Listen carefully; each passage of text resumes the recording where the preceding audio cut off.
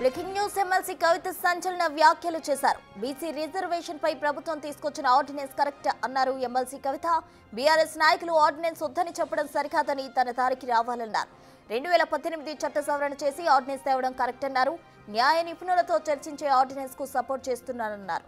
తీన్మార్ మల్లన్న తనపై చేసిన ఆరోపణలపై బీఆర్ఎస్ నాయకులు స్పందించకపోవడం వారి విజ్ఞతకే వదిలేస్తున్నా అన్నారు కవిత.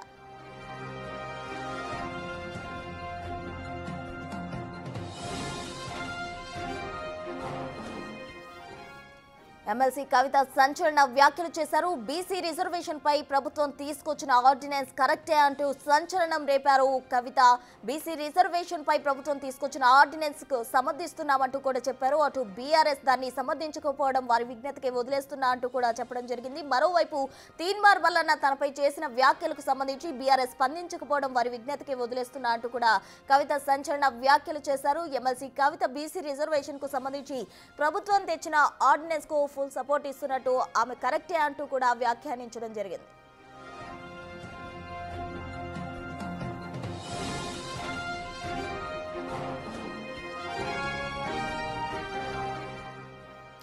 ఎమ్మెల్సీ కవిత సంచలన వ్యాఖ్యలు చేశారు. దానికి సంబంధించిన బ్రేకింగ్ న్యూస్ ఇప్పుడు మనం చూస్తూ ఉన్నాం. బీసీ రిజర్వేషన్ కు సంబంధించి ప్రభుత్వం తీసుకొచ్చిన ఆర్డినెన్స్ కరెక్టే అన్నారు ఎమ్మెల్సీ కవిత. బీఆర్ఎస్ నాయకులు ఆర్డినెన్స్ వద్దని చెప్పడం సరికాదని తన దారికి రావాలన్నారు. 2018 చట్ట సవరణ చేసి ఆర్డినెన్స్ తేవడం కరెక్ట్ అని అన్నారు. న్యాయ నిపుణులతో చర్చించే ఆర్డినెన్స్ కు సపోర్ట్ చేస్తున్నా అన్నారు కవిత. తీన్మార్ మల్లన్న తనపై చేసిన ఆరోపణలకు సంబంధించి బీఆర్ఎస్ నాయకులు స్పందించకపోవడం వారి విజ్ఞతకే వదిలేస్తున్నా అన్నారు ఎమ్మెల్సీ కవిత.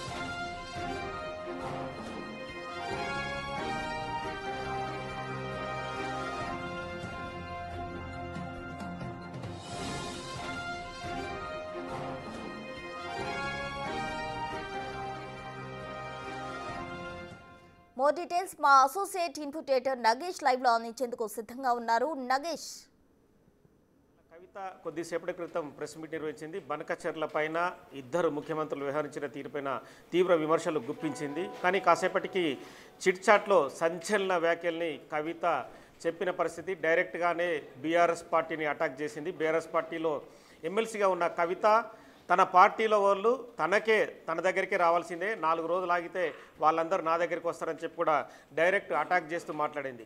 మరోవైపు అధికార పార్టీ 42% రిజర్వేషన్ బీసీ రిజర్వేషన్ సంబంధించి గవర్నర్కి ఆర్డినెన్స్ని పంపించడం అది కూడా సబబే అని చెప్పుకొచ్చింది. ఎందుకంటే ఎప్పుడైనా కూడా ఖచ్చితంగా బీసీలకు సపోర్ట్ చేయాల్సిందని చెప్పింది. ఈ మధ్య జరిగిన ఇష్యూలో మల్లన్న తనను కించపరుస్తూ కొన్ని అభ్యంతరకర వ్యాఖ్యలు చేసిన తర్వాత మల్లన్న ఆఫీస్ పైన జాగృతి కార్యకర్తలు దాడి చేశారు. కానీ బీఆర్ఎస్ వాళ్ళు ఒక్కరు కూడా తనకి సపోర్ట్ చేస్తూ మాట్లాడలేదని చెప్పి కూడా చిట్ చాట్లో చెప్పుకొచ్చిన పరిస్థితి. మొత్తానికైతే బీఆర్ఎస్ వాళ్ళని డైరెక్ట్గా అటాక్ చేస్తూ కవిత మాట్లాడింది. నిన్న కూడా తెలంగాణ బొగ్గుగని కార్మిక సంఘానికి సంబంధించి రాజిరెడ్డిని, మాజీ మంత్రి కొప్పులీశ్వర్ని, అలాగే తెలంగాణ బొగ్గుగని కార్మిక సంఘం నేతల్ని అంటే ఇల్లందు కానీ, భూపాల్పల్లి కానీ, రామగుండం, గోదర్కని ఆ ప్రాంతం నుంచి వచ్చిన నేతలతోని కేటీఆర్ మాట్లాడడం, కేటీఆర్ ఇన్ఛార్జ్గా కొప్పులీశ్వర్ని ప్రకటించడంతో కూడా అంటే కవితకు కనీస సమాచారం ఇవ్వలేదని తెలుస్తుంది. ఈ క్రమంలోనే ఖచ్చితంగా కవిత ఇవాళ మాట్లాడిన మాటలు కూడా అవే రుజువు చేస్తున్నాయి. ఎందుకంటే నిన్నటి మీటింగ్లో గత 11 ఏళ్లుగా టీజీపీ కేసుకి తెలంగాణ బొగ్గుగని కార్మిక సంఘానికి 11 ఏళ్లుగా గౌరవ అధ్యక్షురాలు ఉన్న కవితకు కనీస ఇన్ఫర్మేషన్ ఇవ్వలేదని కూడా నేను అర్థమవుతుంది. కానీ జాగృతికి సంబంధించిన కొంతమంది నేతలు మాత్రం కవిత వేరే ఇష్యూలో బిజీగా ఉందని చెప్పి చెప్పుకొచ్చారు. మరోవైపు టీజీపీ కేసు సంబంధించిన అధ్యక్షుడు ఉన్న రాజిరెడ్డి కూడా కవిత సంబంధించి ఎలాంటి నిర్ణయం జరగలేదు, కేవలం ఇన్ఛార్జ్గానే కొప్పులీశ్వర్ను ప్రకటించామని చెప్పారు. కానీ ఈ వ్యవహారాలన్నీ చూస్తే కవితను మెల్లమెల్లగా బీఆర్ఎస్ పార్టీ నుంచి బయటకు పంపించేందుకే రకరకాలుగా ఏర్పాట్లు జరుగుతున్నాయనేది అనుకోవచ్చు. ఎందుకంటే తెలంగాణ బొగ్గుగని కార్మిక సంఘాన్ని తన భుజాన వేసుకొని 11 ఏళ్ల పాటు అవిశ్రాంత పోరాటం చేసిన కవితను పక్కన పెట్టి మాజీ మంత్రిగా ఉన్న మాజీ కార్మికుడిగా ఉన్న కొప్పులీశ్వర్ని ఇన్ఛార్జ్గా ప్రకటించడం అనేది మేజర్ ఇష్యూగా చెప్పుకోవచ్చు. సో నిన్న జరిగిన పార్టీకి సంబంధించిన జరిగిన డెవలప్మెంట్ తర్వాత కవిత నేరుగానే బీఆర్ఎస్ పార్టీ పైన అటాక్ దిగుతుందని చెప్పి ఖచ్చితంగా అనుకోవచ్చు. బీఆర్ఎస్ వాళ్ళే నా దారికి వస్తారని చెప్పుకొస్తుంది. 4 రోజుల టైం ఆగితే వాళ్ళే ఖచ్చితంగా తన దారికి వస్తారని చెప్పుకొస్తుంది. 2018 చట్ట సవరణ చేసే ఆర్డినెన్స్ తేవడం అనేది కూడా ఖచ్చితంగా సబబని చెప్పి కూడా అధికార పార్టీ కాంగ్రెస్కి సపోర్ట్ చేస్తూ మాట్లాడింది. న్యాయ నిపుణులతో చర్చించిన తర్వాతనే ఆర్డినెన్స్కు సపోర్ట్ చేశాను. మరి బీఆర్ఎస్ పార్టీ వాళ్ళు కనీసం వాళ్ళు అంటే న్యాయ నిపుణులతో చర్చించలేదు. వాళ్ళు కేవలం సంబంధించి అధికార పార్టీ పైన విమర్శలకే వాళ్ళు ఉన్నారని చెప్పుకొచ్చింది. చిట్చాట్లో ఇంకా బీసీ రిజర్వేషన్లకు సంబంధించిన కూడా మొత్తం ఓవరాల్ ఇష్యూలో కూడా ప్రభుత్వం చేస్తున్నది కరెక్ట్ అని చెప్పి వాళ్ళకు సపోర్ట్గానే మాట్లాడింది. ఇక కొంత అంటే తాను సంబంధించిన మల్లన్న చేసిన కామెంట్స్ కానీ మిగతా విషయాలపైన కూడా క్లియర్గా కవిత తన స్టాండ్ని చెప్పింది. మిగతా ఏదైతే 2 బిల్లులు పెట్టాలని చెప్పి కూడా తాను మొదట డిమాండ్ చేశానని చెప్పుకొచ్చింది. సో మొత్తానికైతే నిన్న తెలంగాణ బొగ్గు కానీ కార్మిక సంఘం ఇష్యూలో కావచ్చు, ఇవాళ జరుగుతున్న చిట్ చాట్ని బేరీజ్ వేసుకుంటే కనుక ఖచ్చితంగా తన సొంత పార్టీ పైనే అటాక్కి దిగుతోంది. ఈ మధ్య జరుగుతున్న కార్యక్రమాల్లో కూడా తెలంగాణ భవన్లకు కూడా కవిత వెళ్ళడం లేదు. గత 4 నెలల కాలం నుంచి తెలంగాణ భవన్కి వెళ్ళి ఏ ఒక్క అధికారిక ప్రెస్ మీట్ని కూడా కవిత నిర్వహించలేదు. బంజారాహిల్స్లో జాగృతి పేరు మీద భవన నిర్మాణం జరిగింది. భవనాన్ని ఓపెన్ చేసి అక్కడే మీడియా సమావేశం ఏర్పాటు చేస్తూ నగేష్ అంటే బీసీ రిజర్వేషన్ పైన ప్రభుత్వం తీసుకొచ్చినటువంటి ఆర్డినెన్స్ కరెక్ట్ అని కవిత చెప్తున్నారు. కానీ బీఆర్ఎస్ పార్టీ దాని మీద రెస్పాండ్ కాకపోవడం, దాన్ని తప్పుగా పట్టడం అనేది కూడా తప్పుపట్టిన విధానాన్ని కూడా కవిత తప్పుపడుతున్నారు. అంటే ఖచ్చితంగా ఇంకా బీఆర్ఎస్కి తెలంగాణ జాగృతి అధ్యక్షురాలు కవితకి ఇక పూడ్చలేనంత గ్యాప్ ఏర్పడింది అనేది ఇవాళ వచ్చినటువంటి స్టేట్మెంట్స్తో పూర్తిగా మనం కన్ఫర్మ్ చేసేసుకోవచ్చా?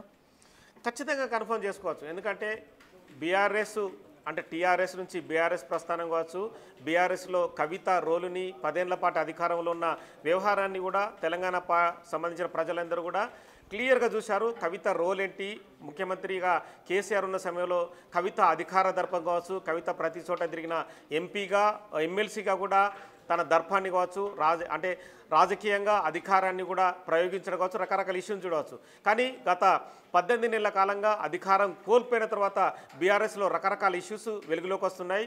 కవిత ఓవైపు, హరీష్ రావు ఓవైపు, కేటీఆర్ వైపు అన్న రీతిన కార్యక్రమాలు కొనసాగుతున్నాయి. కానీ ఈ మధ్య జరుగుతున్న కొన్ని పరిణామాల్లో భాగంగా కేటీఆర్ స్వయంగా వెళ్ళి హరీష్ రావు దగ్గరికి అంటే ఉద్యోగులకు సంబంధించిన అంశాలు కావచ్చు, మిగతా పార్టీకి సంబంధించిన అంశాలు కావచ్చు, ఈ మధ్య జరుగుతున్న నీటి వాటాలకు సంబంధించి కాళేశ్వరం ఇష్యూ కావచ్చు, వాటిపైన రకరకాలుగా చర్చిస్తున్నాడు. కానీ కవిత ఇన్వాల్వ్మెంట్ అనేది ఎక్కడ కనిపించడం లేదు. అంటే వాళ్ళిద్దరూ కలిసిన సందర్భంలో కూడా కవితను పిలిచి మాట్లాడిన సందర్భాలు కూడా కనిపించడం లేదు.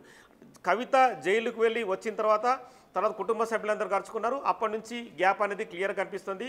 తదుపరి తాను ఒక లెటర్ని కూడా 4 పేజీల లెటర్ రాసి సంచలనానికే తెరలేపిందని చెప్పచ్చు.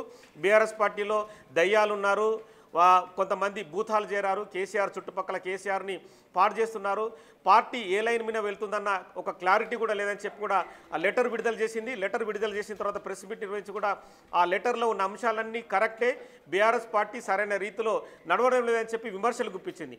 అప్పటి నుంచి కవిత, కేటీఆర్, హరీష్ ఎక్కడ కూడా కలిసిన సందర్భాన్ని నాగేష్ అంటే కేవలం పార్టీకి కొన్ని సూచనలు చేశాను అనేది కవిత తర్వాత చెప్పుకొచ్చారు. అంటే పార్టీని వ్యతిరేకించినట్టుగా కాదు, పార్టీలో కొన్ని ఇష్యూస్ని నేను రేజ్ చేశాను అనేది కవిత అప్పుడు చెప్పుకుంటూ వచ్చిన పరిస్థితి.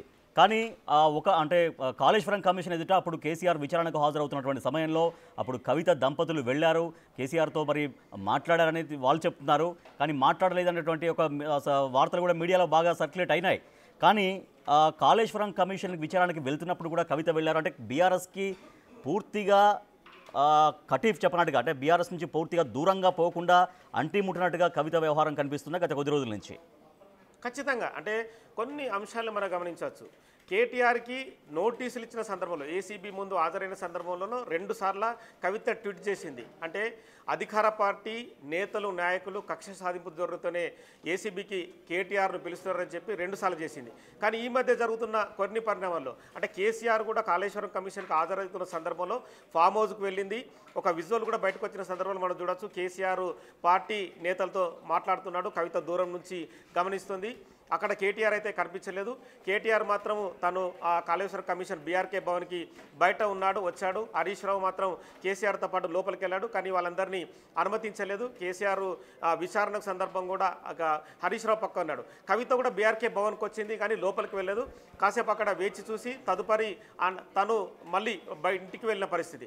ఇక్కడ పరిణామాలు గమనిస్తే మల్లన్న ఆఫీస్ పైన దాడి సందర్భంలో మల్లన్న అంతకు ముందు రోజు కవితకు సంబంధించిన ఇష్యూలో మాట్లాడారు. కంచం మంచం అనే 2 మాటల సందర్భంలో కూడా కేటీఆర్ కానీ హరీష్ కానీ బీఆర్ఎస్ పార్టీలో ఉన్న ఇంకా ముఖ్య నేతలు ఎవరు కూడా కవితకు సంబంధించిన అంశంలో ఖండించడం, మల్లన్న చేసిన వ్యాఖ్యలు అది సందర్భిచితంగా లేవు, అలాంటి మాటలు మాట్లాడకూడదని చెప్పి వాళ్ళు డైరెక్ట్గా ఎక్కడ మాట్లాడలేదు. మొత్తం తెలంగాణ రాష్ట్ర వ్యాప్తంగా కూడా 33 జిల్లాల నుంచి నేతలు కూడా కవితకు సంబంధించిన అంశంలో ఖచ్చితంగా ఒక మహిళ పైన ఇలాంటి వ్యాఖ్యలు చేయడం సరికాదు, ఖచ్చితంగా కేసులు నమోదు చేయాల్సిందే, మల్లన్న నీ ఖచ్చితంగా అడ్డుకోవాల్సిందని చెప్పిన విషయాన్ని కూడా ఎక్కడ ప్రస్తావించలేదు.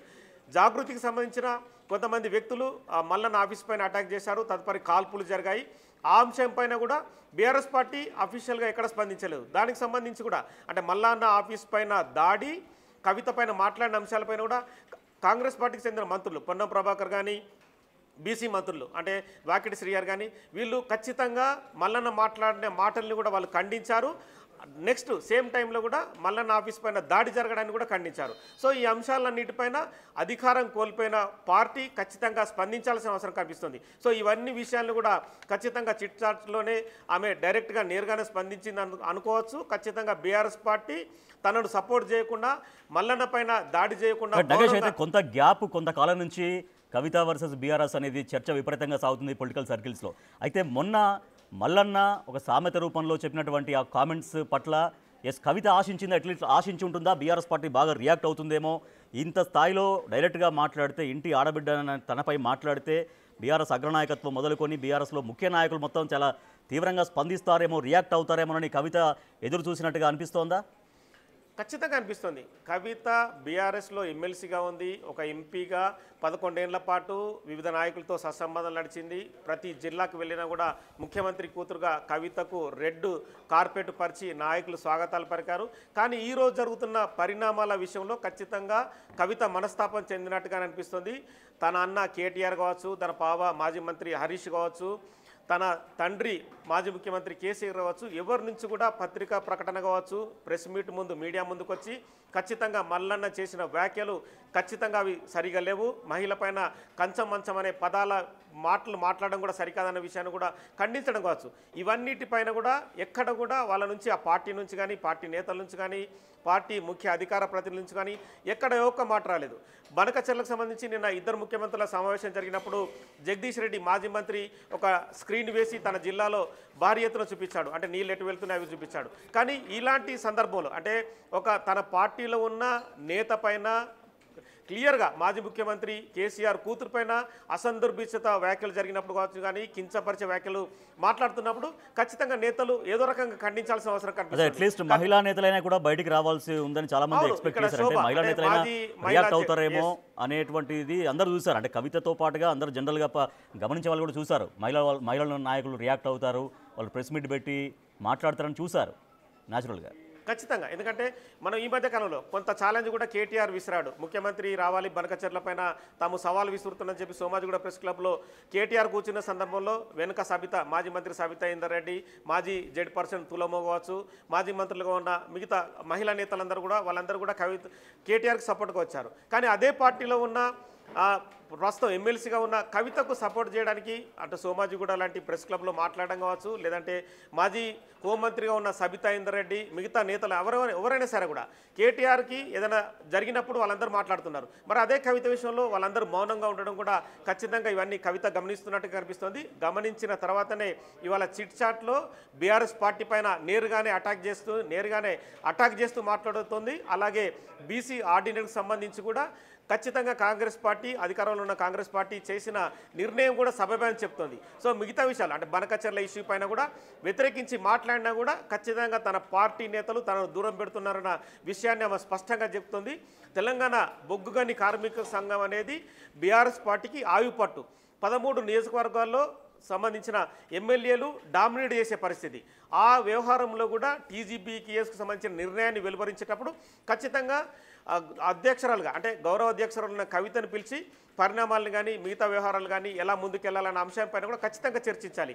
ఆ అంశంలో కూడా మాజీ మంత్రిగా ఉన్న కొప్పులీశ్వర్ కానీ రాజిరెడ్డి కానీ ఇప్పుడు సమావేశాన్ని నిర్వహించి అధ్యక్షత వహించిన కేటీఆర్ కానీ ఎవరు కూడా కవితను పిలవకపోవడం అనేది కూడా ఖచ్చితంగా గమనించవచ్చు. సో ఓవరాల్ పరిణామాల తర్వాత కవిత వర్సెస్ బీఆర్ఎస్ పార్టీ ఇప్పుడు కేటీఆర్ అని కూడా చెప్పడానికి అవసరం లేదు. నాగేష్, అయితే కవిత తెలంగాణ జాగృతి అధ్యక్షురాలుగా బీసీ పోరాటం తీసుకుంది, బీసీ నాయకుల్ని ఐక్యం చేసే ప్రయత్నం చేసింది, ఆ రైలు రోకో కూడా తలపెట్టారు. బట్ అంతకంటే ముందు రోజే ప్రభుత్వం నుంచి ఆ నిర్ణయం రావడంతో అది ఆపేసుకున్నారు.